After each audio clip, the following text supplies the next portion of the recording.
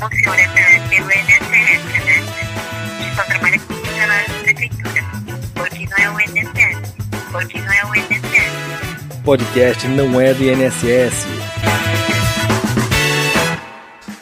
Olá, seja muito bem-vindo ao podcast Não é do INSS. É o primeiro podcast 100% feito de RPPS para RPPS. Toda semana tem episódio novo por aqui. E para você que nos ouve, já siga o nosso canal na sua plataforma de streaming de preferência, que você vai receber as notificações de episódios novos e ainda ajuda o nosso canal. Se você ainda não nos segue nas redes sociais, é só buscar pelo @não é do INSS, que a gente está nas principais redes. Esse episódio conta com o apoio de Premier Assessoria de Investimentos, uma empresa contratada pela Banrisul Corretora há 14 anos, transformando a volatilidade de vilã em amiga do RPPS. Acesse premiere.com.br. E na nossa mesa virtual de hoje a gente conversa com Claudionice Siqueira Chaves, diretora administrativa e financeira do Cisprev de Teófilo Otoni, Minas Gerais. Tudo bom, Claudionice? Tudo bem, Rafael, é um prazer estar aqui com você. E da mesma forma aqui, eu agradeço aí vocês terem aceitado o convite daí. E também não estamos sozinhos aí, né? O Hugo também está aí na área. Pode apresentar ele aí pro pessoal, por gentileza. Boa tarde, ouvintes. É uma honra participar aqui desse podcast aqui com o Rafael. Agradecer o convite, né, ao que fez ao Instituto de Previdência e Servidores de Teófilo Otoni. E a gente quer contribuir com vocês e falar um pouco sobre a nossa gestão, para seguir de horizonte, né, de lane aí para todo mundo aí na gestão de RPPS. Hugo é o nosso gestor de recursos do Instituto. Opa, maravilha. Então temos gestor de recursos, diretora administrativa financeira aqui. Vamos falar bastante então de investimento para cá. Bora! Para início aqui de conversa, para a gente conseguir passar para o pessoal, conta pra gente um pouquinho da história de vocês aí, como é que está atualmente o patrimônio de vocês aí, como é que anda atualmente o RPPS e a estrutura de vocês aí também, principalmente. Bom, o Cisprev foi instituído em 2001 e atualmente a gente está com 10 servidores e temos também 3 estagiários, né? São servidores cedidos no município do Instituto, a gente ainda não possui o nosso quadro próprio de servidores, estamos trabalhando para isso, já temos um concurso em andamento, né? E o Cisprev está enquadrado no nível 2 de projeção desde 2001, né? E a gente também já está, né, no processo de certificação novamente, a gente precisa renovar o certificado nosso e a nossa meta agora é atingir o nível 3. Então, já há um ano nós estamos implantando várias adequações para ainda em 2023 a gente ir para o nível 3 de projeção. O Instituto hoje ele é considerado de médio porte, né, classificado como investidor qualificado e possui um patrimônio aproximadamente de 86 milhões. A nossa alocação ela está dividida em títulos públicos, temos 32% aproximadamente, ativos de renda fixa, letra financeira, emissão bancária, fundos de renda fixa, fundos de renda variável, fundos multimercado. Então a carteira atualmente ela possui, né, fundos de renda variável e também fundos de multimercado. Possui uma rentabilidade de 8,45% em 2023, equivalente a 128% da meta atuarial. Olha como a gente está bem, né? E possui títulos em diversos prazos de vencimento, 2027, 2035, adquiridos conforme o nosso relatório ALM, o plano de custeio, né, da avaliação atuarial, ambos de 2022. E ao longo dessa conversa a gente vai conseguir falar um pouco mais como é que foi essa distribuição, como é que a gente vem trabalhando para isso. Até pra gente começar aqui, eu até estava dando uma conferida no LM de vocês, né, que o último LM foi de 2022, e ele tinha um diagnóstico de construir uma carteira saindo de uma vol que vocês tinham de 0,5 para 0,6 ao mês, e de um retorno de 8,85 para mais de 11% ao ano, né? Então, como é que foi desde então essa construção da carteira de vocês para ter essa carteira mais aderente a riscos aí e não ficar tão somente no conservadorismo? Então, Rafael, na verdade, no estudo de LM, essa informação é inversa, né? A nossa volatilidade, ela estava em torno de 0,6 e tinha uma proposta de sair para 0,5, né? E a rentabilidade de sair de 8% para 11%, né? Nas sugestões de alocação do estudo da LM, inclusive, não havia previsão, né, de alocação em índices atrelados ao Ibovespa. Porém, a gente acredita muito nesse segmento, principalmente quando existe assimetria, existe um cenário econômico favorável para esse tipo de alocação. Então, a sugestão era reduzir a posição em renda variável e aumentar o rate da renda fixa, né? E essas medidas a gente vem implementando ao longo de 2023, né? Fizemos o credenciamento de diversos corretores, fizemos a aquisição das letras financeiras, títulos públicos. O objetivo disso foi fazer um casamento, né, do passivo com os nossos ativos, né? Essa é a ideia. Então, você aproveitar esse cenário de juros altos para fazer essas compras de títulos e garantir a meta atuarial por muitos anos, né? Esses títulos hoje estão marcados na curva, então diminui muito a volatilidade da nossa carteira, né? Então, assim, a gente aproveitou o máximo desse cenário de juros altos para fazer essa imunização do nosso passivo. E agora que a gente vê agora a Selic cada vez mais baixa, né? Vocês acham que já acabou a oportunidade de conseguir fazer aporte nesse tipo de produto? Ou vocês ainda veem uma janela de oportunidade para conseguir um pouco mais de aporte? Ótima pergunta, Rafael. Inclusive, nosso estudo de LM 2023 já está em execução. Então, nele a gente vai ter uma previsibilidade melhor de quais aportes nós vamos fazer para quais anos de vencimento. Quando a gente não encontra um título que tenha vencimento, o título público, né, que não tem algum vencimento, para fazer o casamento do nosso passivo, aí a gente compra as letras financeiras ou CDBs. Então, por isso que a gente tem títulos de vencimento em 2027, 28, 29, 30, 32, 35, então são vários anos de vencimento aí. Então a ideia é sempre essa, de imunizando o passivo. Aí é importante fazer esse acompanhamento, né? Tanto do plano de custeio da avaliação atuarial, quanto do LM, que devem ser feitos anualmente. Então, vindo aí essa LM 2023, que a expectativa é que mês que vem a gente já esteja com ela pronta, a gente vai analisar o cenário e ver se ainda cabe novas compras de títulos públicos. E inclusive agora que você comentou sobre a parte de avaliação atuarial especificamente, né? O último plano que vocês tinham ali contava com a amortização de déficit na ordem de quase 600 milhões em 28 anos, né? Então, como é que vocês têm notado assim essa composição da carteira para conseguir auxiliar essa equalização do déficit? Então, historicamente, o nosso portfólio ele sempre entregou, né, uma meta atuarial. E então o déficit está relacionado muito mais a questões atuariais, né, do que a entrega do resultado do nosso portfólio.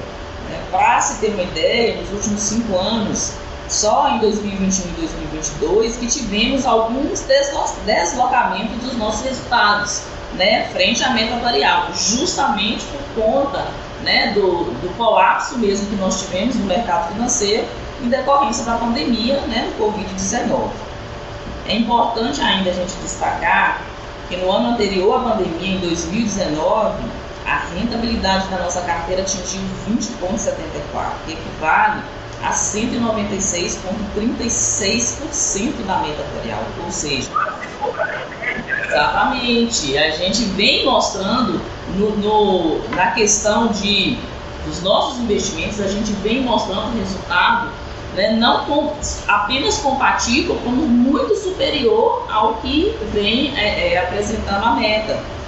E aí, eu diria que se não fosse pelos resultados dos nossos investimentos, o déficit poderia ser ainda maior, né, já que possível incorporar os 15 centésimos de cada ano alcançado a meta atuarial nos últimos 5 anos. Isso quando o atuário vai fazer o nosso passivo, o valor presente, como a taxa de desconto é maior, o valor atual do déficit acaba sendo menor, né? Então pensamos que o nosso portfólio tem total capacidade de ajudar, na medida do possível, na redução do déficit, desde que as premissas atuariais se mantenham, principalmente pelo fato de termos iniciado, né, a imunização do nosso passivo com títulos públicos. E sabemos que é um trabalho de longo prazo, mas o passo inicial já foi dado. E aí, quando a gente fala de equacionamento do déficit atuarial, não dá para a gente pensar que com o nosso portfólio da carteira seria possível resolver a questão do déficit atuarial, né? Isso vai muito mais além, tem todo um histórico para poder chegar nisso daí, e as questões atuariais que são analisadas e discutidas para poder fazer o cálculo atuarial. E aí, por conta disso mesmo, que o próprio a própria avaliação atuarial ela vem propondo um plano de custeio para o déficit. E aí, para resolver a questão do déficit atuarial, a gente tem hoje, né, aplicado em conformidade com o que foi orientado pelo atuário um plano para equacionamento do déficit atuarial. O que não significa dizer que não possamos, não temos o desafio de buscar outras formas também, né, para tentar equacionar esse déficit atuarial. E aí várias discussões já têm sido construídas com o nosso legislativo, com o nosso executivo, no sentido de o que podemos fazer, né, para ajudar a equacionar esse déficit atuarial. Uma das coisas, nós sabemos também que a reforma da Previdência é um outro ponto-chave, né, no sentido de ajudar nesse equilíbrio financeiro e atuarial do Instituto. E ainda nessa parte da atualização da emenda constitucional, né, a reforma da Previdência, como é que vocês têm trabalhado em cima disso daí, né, já que é uma questão que não entra na parte de investimentos, mas vai reverberar, né? Como é que o Instituto tem passado por isso? Então, a partir da emenda, né, todas as normas de cumprimento obrigatório, a gente já fez e já adequou, né? Fizemos algumas outras alterações pequenas que eu ainda não chamaria, né, propriamente da reforma. E também porque, assim, Rafael, essa é uma discussão bastante complexa. Se por um lado a gente tem gestores de RPPS, por outro lado a gente tem Ministério de Previdência, a gente tem atuários, e todo mundo fazendo uma análise puramente técnica, discutindo, esse é o melhor caminho, tem que ser dessa forma. A gente tem do outro lado um servidor, e a gente não pode fechar os olhos e pensar que sim, haverá perdas. É claro que pensando no futuro, mas haverá perdas para o servidor. Então não dá para a gente chegar e fazer uma coisa empurrada de qualquer jeito. É preciso fazer construções, é preciso fazer conversas. Nosso servidor precisa também entender, né, o tamanho do problema e do desafio que nós temos pela frente, e também sentir vontade de ajudar, né, a resolver o problema. E é isso que a gente tem feito. A gente tem iniciado essas construções, feito essas conversas. A gente já viu que a conversa não foi simples, tanto que não foi simples que quando aprovaram a emenda excluíram, né, os municípios e os estados. Então, eu acho que isso já me deixou claro que não é uma discussão simples, né? Ela é uma discussão complexa, e para que ela aconteça, eu acho que ela tem que ser construída mesmo. Ah, não, com certeza. E voltando ainda à parte de investimentos, né, que é o que a gente consegue trabalhar por aqui, né, o que consegue dar um caldo maior aí, que é a parte da gestão de vocês, da política de investimentos. Eu estava dando uma olhada que vocês tinham uma estratégia-alvo para compra de títulos públicos na ordem de 7%. E no de letra financeira vocês tinham um percentual de 12% para esse ano, né? Claro, a gente não consegue prever exatamente todas as variáveis econômicas de um ano subsequente, mas eu tinha visto que já passado do meio do ano vocês já tinham mais de 31% em títulos públicos e um pouco mais de 3% em letra financeira, né? Houve alguma alteração na estratégia de vocês ao longo desse ano? Houve sim, com certeza. Porém, essas alocações estratégicas, né, elas já estavam previstas na nossa política de investimento, né, dentro dos limites estabelecidos pela Resolução 4963 de 2021. Essa política de investimentos foi devidamente aprovada, né, ano passado pelo Conselho de Administração, conforme estipula lá a nossa portaria 1467, né, de 2022. Assim, quando a gente viu que o spread de crédito abriu no início de 2023, devido a vários fatores, né, que a gente presenciou no início do ano, principalmente devido ao risco fiscal, estava ali já embutido na curva de juros, a gente aproveitou essas taxas para imunizar alguns anos do nosso descasamento de fluxo de caixa atuarial com NTNBs. Foi o que eu disse aqui no início da nossa conversa, né? Como a gente, em alguns anos específicos, a gente não encontrava vencimentos para as NTNBs, aí essa parte a gente imunizou com letras financeiras. Então, por isso que houve essa pequena inversão aí entre título público e letra financeira. Como a taxa de título público era muito atraente, havia uma simetria em relação ao risco que a gente estava ali correndo para adquirir os títulos públicos em prol das letras financeiras.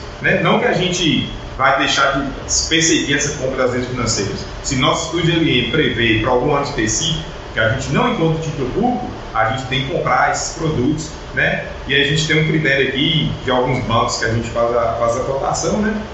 Todos já devidamente credenciados também, né? Como determina a portaria 1467. E dado agora que a gente tem, né, já está quase no final do ano e com, de novo, né, a Selic que baixou mais de uma vez agora, né, 2 cortes de 0,5% ali, vocês acham que ainda consegue ter mais um caldinho ali para o título público da carteira, ou talvez já é hora de a gente começar a olhar para mais risco mesmo? Então, com o estudo da LM em 2023 a gente vai ter uma resposta muito mais conclusiva, né, muito mais técnica para tomar essas decisões de investimento. Porque uma coisa que a gente tem que ficar atenta é justamente esse casamento com o passivo atuarial. Porque se você faz uma alocação em algum ativo e não tem esse casamento com o passivo, corre de você perder alguma oportunidade de mercado. Ou você ter aquele ativo e depois buscar uma alocação no mercado e encontrar outras condições de mercado. Que é o posicionamento, por exemplo, que a gente está fazendo agora já na renda variável. Então, por que a gente já está pensando em expor um pouco mais ao risco? Porque a gente sabe que o capital estrangeiro, os investidores institucionais, as pessoas físicas vindo para a Bolsa Brasileira, aí há uma tendência de valorização das ações. Então, se a gente deixar para fazer esse movimento ano que vem, com a taxa de juros já reduzida, que a previsão é de corte do Banco Central, a gente entraria na Bolsa já esticada com outros preços. Então, se a gente vai prever esse movimento, então o movimento tem que ser feito agora. É fazer um posicionamento estratégico agora, claro, levando em consideração o perfil de risco do Instituto de Previdência, que é diferente, né? E fazendo uma análise do portfólio para ver se há simetria para fazer essa alocação. Legal isso, porque você consegue trazer exatamente, né, o teu ativo com o passivo, você consegue ter uma boa gestão e trazer um bom resultado também para o ente, né? Isso que é o importante. E eu estava até vendo que no meio do ano vocês já estavam com quase 150% da meta atuarial já alcançada, né? Como é que ele está hoje, a carteira de vocês? Hoje a performance, como você falou, já está em torno de 143% da meta, né, atuarial. A expectativa nossa é sempre cumprir a meta atuarial, né? Esse é o dever de casa que a gente tem que cumprir, né? A gente sabe que isso vai ter um impacto crucial aí na questão do déficit atuarial. Mas o que a gente busca, acima de tudo, é fazer uma boa gestão dos investimentos e buscar sempre rentabilidade para tentar superar essa meta atuarial, né? Como eu disse, a meta atuarial é um dever de casa, né, do RPPS, né? Muitos anos e a gente às vezes não consegue cumprir essa meta devido à inflação muito esticada ou algum evento do mercado que prejudique. O exemplo aí que a Claudionista citou foi a questão da pandemia, 2021-2022, a gente teve uma inflação muito alta e esse ano a gente está enfrentando aí incerteza em relação à trajetória dos juros, né? Principalmente dos Estados Unidos, do Banco Central Europeu, do Banco da Inglaterra, o que acaba impactando aqui. Para além disso, o crescimento também da China, o crescimento da economia global, então são várias incertezas que a gente tem no mercado. E nisso nada melhor do que o posicionamento de vocês já, né? Se antecipar esse posicionamento para conseguir realmente, como você falou, né? Comprar ele em preços mais baixos, para não conseguir comprar só na alta, né? É algo que a gente presencia muito no mercado. O pessoal compra aquele velho ditado, né? Compra no fato e vende no boato, né? Assim, é uma gestão errada de patrimônio. Então, se você tem ali um percentual que você pode alocar em risco, você tem que fazer essa alocação no momento correto e ser resiliente, manter aquele investimento. Se você sabe que tem o viés ali, que você tem uma teoria ali por trás que ainda está para se realizar, você tem que aguentar aquele investimento, né? E aí, assim, o que eu recomendo muito dos RPPS, Rafael? Em todos os eventos eu sempre compartilho com isso. É fazer um credenciamento bem feito, né, dos gestores, né, das corretoras, de todo mundo que você está operando, que aí você sabe se vai haver uma boa gestão.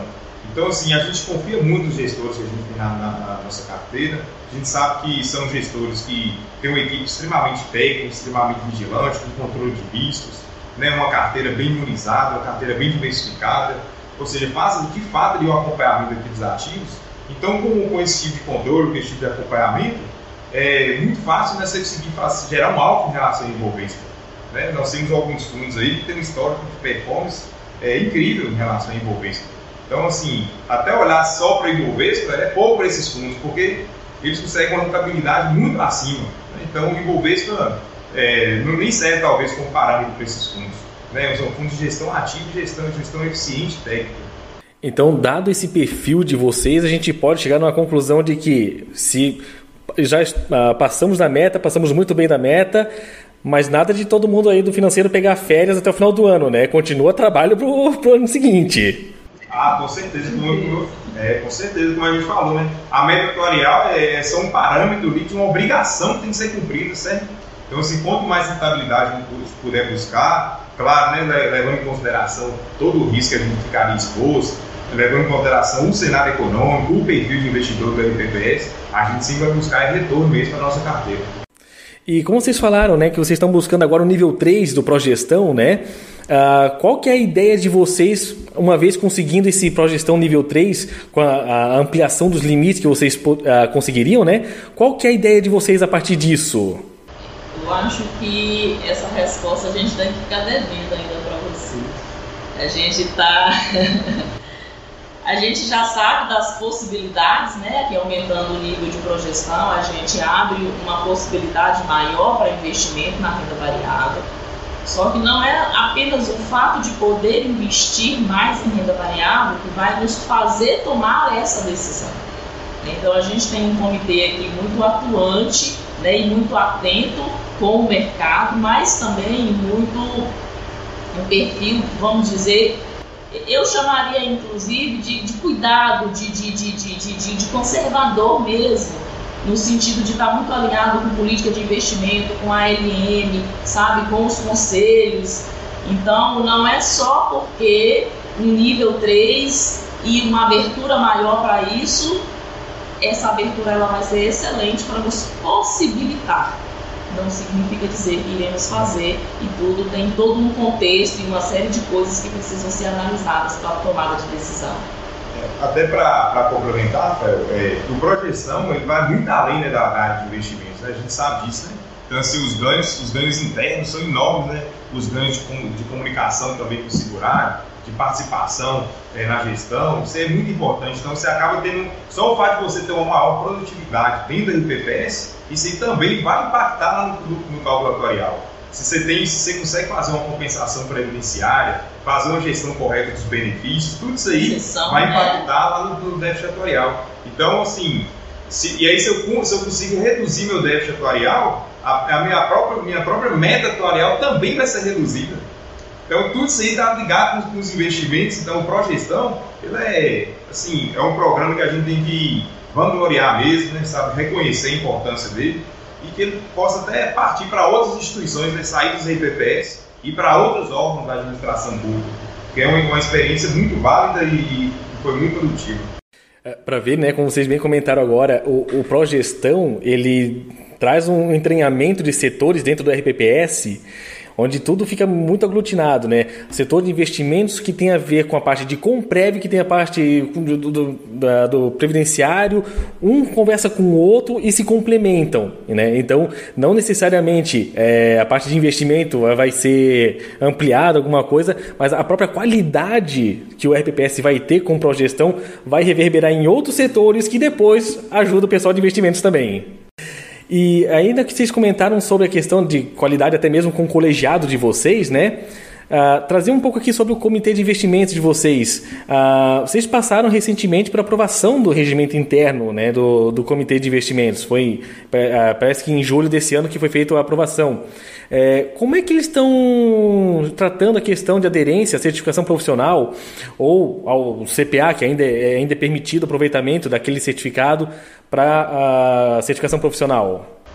Então, o nosso comitê tem um histórico assim, muito interessante, né? A gente, até então, eram 3 membros, e aí justamente por estar pleiteando o nível 3 de Progestão, a gente já se antecipou e já fizemos a alteração da legislação, e hoje já temos 5 membros, né, no comitê. E eu acho que é interessante a gente falar, não apenas do comitê, porque quando houve alteração dessas exigências, tanto para conselheiro e comitê de investimento, exigiu-se certificação. E aqui em Teófilo Otoni a gente foi além, né? E foi além numa discussão com o legislativo, com o executivo, numa discussão com o sindicato, com conselhos, de não ficarmos apenas na certificação. Então, hoje, todos os nossos conselheiros, isso já está votado e aprovado, tem que possuir nível superior e certificação. Então, a gente foi além do que está sendo exigido pela portaria ministerial, né, que está exigindo apenas certificação. Nós estamos já cobrando nível superior e certificação. A gente, alguns levantamentos feitos no âmbito do município, eu já fui secretária de administração, estou muito ligada com a gestão. Todos os nossos servidores hoje, quase 100% possuem nível superior. Então, não teríamos dificuldade, né, de conseguir fazer esse trabalho. E vem sendo desenvolvido também, né, várias ações no sentido de divulgar o Instituto, de mostrar o trabalho que está sendo feito, de trazer o servidor para cá, de fazer ele ter interesse pelo Instituto. Por quê? Uma dificuldade que a gente tem visto na maioria dos RPPS, o servidor ele não quer se envolver com o RPPS, ele não quer ir fazer parte do comitê, ele não quer ir fazer parte dos conselhos. A gente tem visto que tem RPPS que não tem nem conseguido, né, fazer a composição toda do quadro. Eu já vi, inclusive, RPPS querendo reduzir a quantidade de conselheiros para conseguir cumprir a normativa. E a gente está muito além, a gente não apenas está cumprindo a normativa, como a gente tem exigências a mais e conseguimos, né? Resultado de um trabalho que vem sendo feito de educação previdenciária. O próprio Instituto tem feito vários cursos em parceria, e aí a gente chama, né, os nossos parceiros, o pessoal que tem consultoria com a gente e vem aqui e ajuda a gente a fazer curso. Nós precisamos fazer isso, chama o servidor. E eu acho que tudo isso acabou criando interesse no nosso servidor de se envolver mais com o Instituto, participar do Instituto. Então, assim, hoje nós não conseguimos completar todas as vagas de suplentes, mas titulares, todos os nossos titulares de todos os conselhos e comitê têm nível superior e têm certificação. E aí, trazendo especificamente, né, para o comitê, que é o nosso foco de discussão, o nosso comitê é muito bem formado. A gente tem o privilégio de ter o Hugo como servidor. O Hugo é economista, então é uma pessoa da área. Para ele não foi dificuldade nenhuma se entranhar nisso, e ele é apaixonado por investimento, né? Então a gente tem esse privilégio de ter um economista na nossa equipe. O Hugo é CPA 20 e agora também já está com a certificação em nível avançado como gestor de recursos. A gente tem outro membro do comitê também certificado CPA 20, que é a Núbia. Eu faço parte do comitê e tenho o CGRPPS, tenho de dirigente em nível avançado e tenho também o CNPI. A nossa presidente também tem o CGRPPS e o outro membro, ele possui a certificação básica, que é o de Conselho Fiscal, que ele é uma indicação do Conselho Fiscal. Todas essas pessoas, membros do comitê, já sabem que a gente não vai ficar, muito embora o Ministério da Previdência está aceitando hoje essa certificação, né, para considerar o órgão como regular, nós já estamos todos nos preparando para a certificação específica de comitê de investimento. Todos já estamos preparando para isso. Então, assim, eu acho que a gente está mostrando o resultado e eu acho que é muito interessante falar disso, porque quando a gente mostra um resultado de carteira, um resultado de rentabilidade, isso não cai do céu, né? Isso vem por quê? Por trás tem pessoas trabalhando em cima disso. E para trabalhar em cima disso, o conhecimento especializado como é investimento, nós precisamos de profissionais capacitados, qualificados profissionalmente para estar exercendo a função. A gente tem consultoria também, só que a consultoria é no sentido de consultoria mesmo, porque o decisório nosso é o comitê de investimento e tem uma equipe altamente qualificada e preparada para estar fazendo o que está fazendo. Bacana que vocês têm essa cultura de estar sempre um passinho à frente, né? Não ficar somente naquilo que, por exemplo, o Ministério da Previdência preconiza, de você ter apenas a certificação profissional, mas vocês querem realmente correr com todo mundo para ter essa certificação logo, né? Não somente quando for ver a questão do CRP lá em julho do ano que vem, por exemplo, né? Então, legal que vocês conseguem trazer isso aí em forma de resultado também. né? Não somente em qualidade de decisão. Exatamente, a gente traz, né, o histórico todo, a gente traz resultado, mas traz também correndo atrás disso para poder fazer melhor sempre. Esse episódio conta com o apoio de Premier Assessoria de Investimentos, uma empresa contratada pela Banrisul Corretora há 14 anos, transformando a volatilidade de vilã em amiga do RPPS. Acesse premiere.com.br. Bacana. E aproveitando nisso, eu consegui pegar uma última ata do comitê de vocês. Ele trouxe uma deliberação que eu queria trazer aqui para o nosso bate-papo. Ele trouxe a deliberação de resgate de diversos fundos de renda variável que se tinha, enfim, e aplicação em fundos existentes, como o da Guepardo e um fundo novo que era o Trigo no Flagship Small Caps, que são fundos mais... que tem uma volatilidade um pouco maior, que entregam muito mais, mas que tem um risco neles envolvido também, né? E o ETF de SPX também, o S&P, que para alguns dos RPPS acaba sendo uma decisão mais ousada, né? Dado que muita gente acaba ficando muito em renda fixa, em termos de risco principalmente, seria mais ousado assim. Então, e para mim, pessoalmente falando, é algo que eu gosto de ver. Tá? É algo que eu gosto de ver. Como é que foi essa construção dessa tomada de decisão pelo colegiado, né? Porque alguns têm uma dificuldade maior de conseguir trazer fundos com mais risco, trazer um pouco mais dessa gestão de risco para o pessoal. Rafael, conforme eu disse, assim, é uma análise de perfil mesmo do RPPS, né? Então a gente sabe até onde pode chegar, né, dos investimentos em renda variável. E assim, destacar de novo, né, fazer um bom credenciamento, contar ali com bons gestores, certo? Contar com uma boa equipe ali de gestores, analisar mesmo ali o QBV, o anexo 3, o questionário de diligência, né, que traz ali o perfil técnico da gestora.